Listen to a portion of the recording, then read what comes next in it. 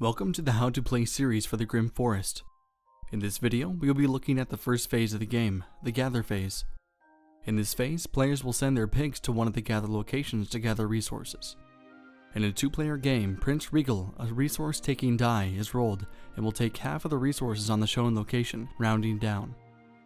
If a location has more than 10 resources on it, Prince Regal goes with that location with the highest amount of resources. In this example, King Regal takes 2 straw, leaving 3 left on the location. This die is not used in 3 or 4 player games. Next, players must select one gather card in secret and place it face down on the table.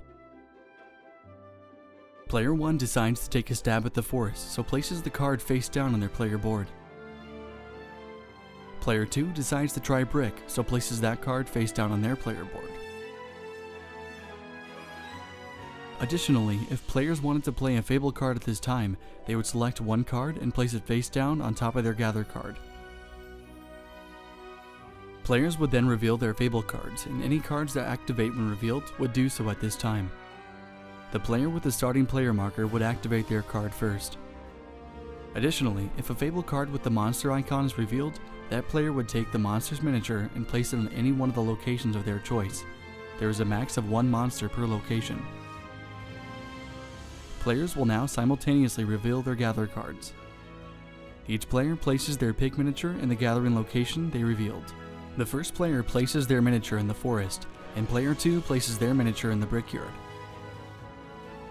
At this time, if players had revealed any Fable cards that activate before collecting resources, they would resolve them. Now, if there are no other pigs in the same location, that player takes all the resources from that location and places them in their storage. If the pigs were to share a location, they would share the resources equally, rounding down. At this time, any Fable cards that were revealed earlier and activate at the end of the gather phase would resolve. Now players will place their chosen gather cards back with their other gather cards. Any resolved Fable cards used during this phase would be discarded.